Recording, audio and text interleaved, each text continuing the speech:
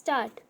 And only in the year 1983, when the appellants came to know of the said illegal change in the said mutation entry, they moved the revenue authority and by mutation entry number 666 dated 26th September 1983, the appellants were able to incorporate their own names based on the aforesaid sale deed dated 26th September 1951 with regard to the 2 annas and 8 pi share in the said well. Since the appellants were not given any notice whatsoever with regard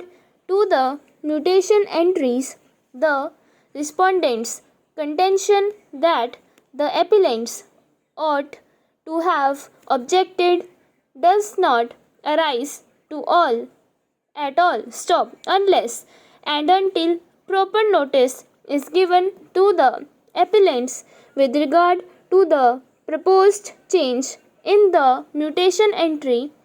There was no case for the appellants to raise any objection against this lower appellate court's order dated 16th November 1989.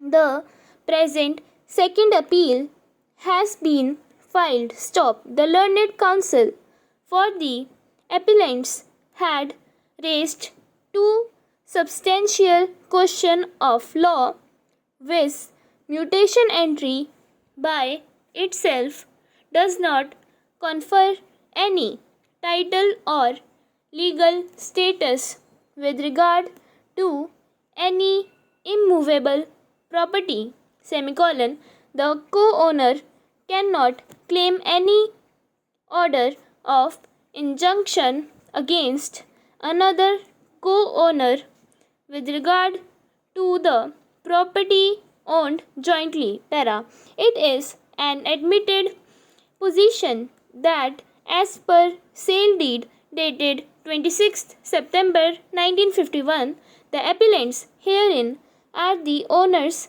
with regard to 2 annas and 8 pi share in the said well, and the balance left out, that is 13 annas and 4 pi share, is owned by all the respondents. The learned counsel for the appellants had relied upon the following two authorities with regard to the first proposition, that the mutation entry by itself does not establish any title to any immovable property.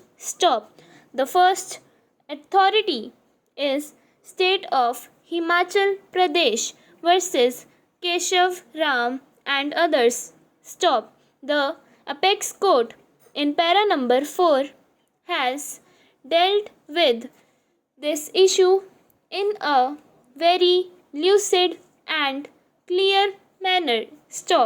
The said para number 4 reads as under para in view of the rival contentions. The question that arises for consideration is whether the plaintiffs have been able to establish their title and the courts below were justified in declaring plaintiffs' title.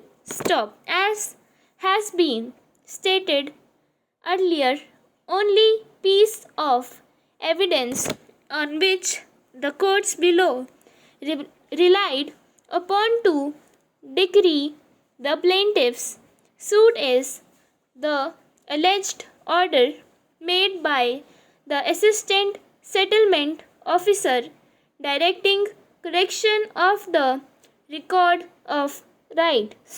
The order in question is not there on record. Full stop.